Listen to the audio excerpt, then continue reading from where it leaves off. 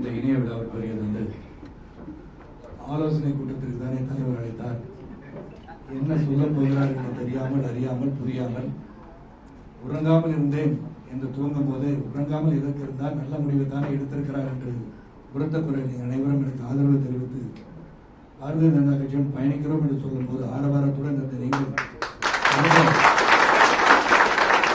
என்ன கருத்து சொல்ல போகிறார், எதற்காக அதைத்தானே பேச வேண்டும், எத்தனை இடங்களில் நிற்கப் போகிறோம், அதை பற்றி பேசும்போது வேறு ஏதோ கருத்தை பதிவு செய்ய வருகிறாரே என்று உங்கள் எண்ணங்கள் இருக்கும்போது அன்பு அண்ணன்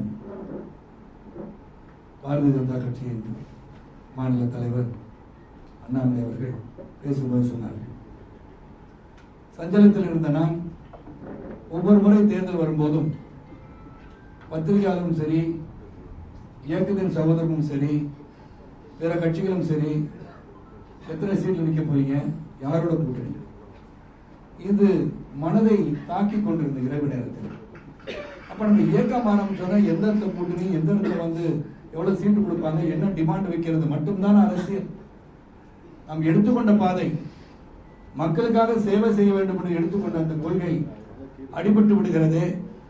நாமும் அந்த வழியில் தான் செல்ல வேண்டுமா? ஒவ்வொரு முறை தேர்தல் வரும்போதும் எத்தனை சீட்டு, எந்த இடம், என்ன கோரிக்கை என்று சென்று கொண்டிருக்கிறது. நம் வலிமையெல்லாம் ஏன் ஒரு வலிமையான மோடிஜி அவர்களுக்கு நாம் அர்ப்பணித்து அவருடன் சேர்ந்து செயல்பட்டால் என்ன என்று என் மனதில் தோன்றியது. அந்த நேரத்தில் என் மனைவியை எழுப்பி என்னங்க ஆச்சுன்னாங்க. இல்லை, இந்த மாதிரி ஒரு எண்ணம் வந்து கொண்டிருக்கிறது என்று சொன்னார்கள். சொன்னாங்க, நீங்க எந்த ஒரு முடிவு எடுத்தாலும் நான் உங்களோட உறுதுணையாக இருப்பேன். சொன்ன பிறகு நம்ம முடிவு எடுத்துட்டோம், ஐயோ இந்த நேரத்தில் ஏங்க இதெல்லாம் நாங்களே இப்ப வரவேற்கிற மாதிரி இருக்க முடியாதுன்னு சொல்லிட்டாங்கன்னா என்னன்னு சொல்லி 2 மணி அளவிலும் உறங்காமல் காத்துக் கொண்டிருக்கிறேன். மற்ற உறுப்பினர்கள் என்ன சொல்ல போகிறார்கள், கட்சியை எப்படி வழிநடத்த வேண்டும் தேர்தலில் சிந்தித்துக் கொண்டிருக்கிற நேரத்திலும் போன் அடிச்சோன்னு என்னங்கன்னு கேட்ட உடனே, இப்படி ஒரு முடிவை நான் எடுத்திருக்கின்றேன், அது சாத்தியமா என்று கேட்டேன். சாத்தியம்தான். நீங்கள் முடிவெடுத்து விட்டீர்களா என்றால், நான் முடிவெடுத்து விட்டேன். இயக்கத்தின் சகோதரனுக்காக சந்தித்து விட்டு நிச்சயமாக என் கருத்தை அவர்கள் வெளிப்படுத்துவார்கள், நான் சொன்னதை கேட்பார்கள் என்ற நம்பிக்கை எனக்கு இருக்கிறது.